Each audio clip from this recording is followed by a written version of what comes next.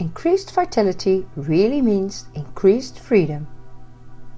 Gene Key 58, with the Shadow of Dissatisfaction and the Siddhi of Bliss, and it's the path of vitality. My wisdom story. As soon as I could stand up, I was on a surfboard. As a young boy, all I wanted to do was play in the water and ride the waves. One day, while surfing, I experienced a moment of pure bliss. I spent the next 10 years trying to recreate that experience. I worked hard to improve my instincts, stamina and skill.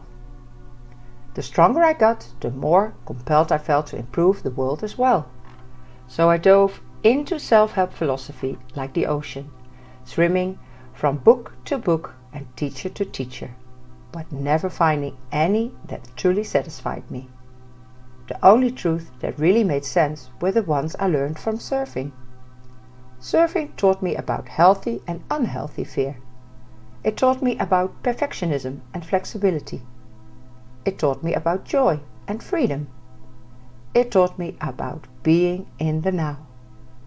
So I wrote a book about it, and before I knew it, I was on tour, inspiring people all over the country.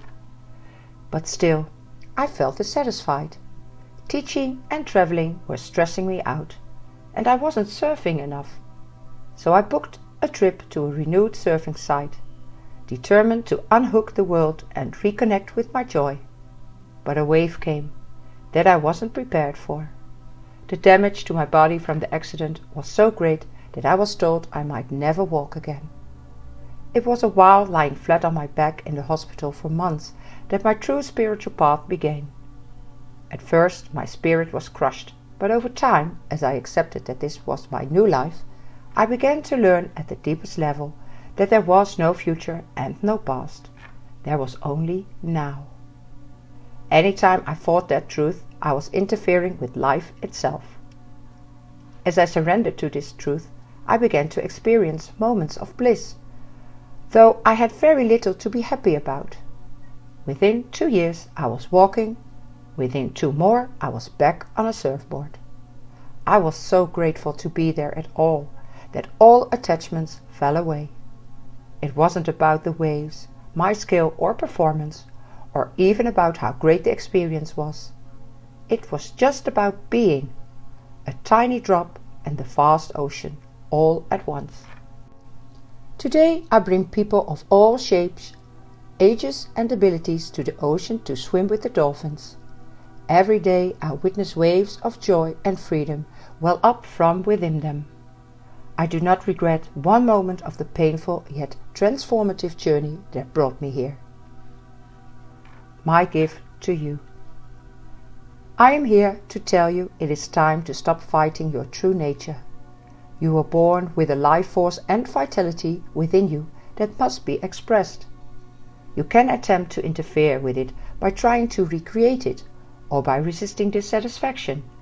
But there's nothing you can do to get rid of the life pulsing within you. So you might as well surrender. Dissatisfaction is a natural part of life. Without it, none of us would evolve or be motivated to make this world a better place.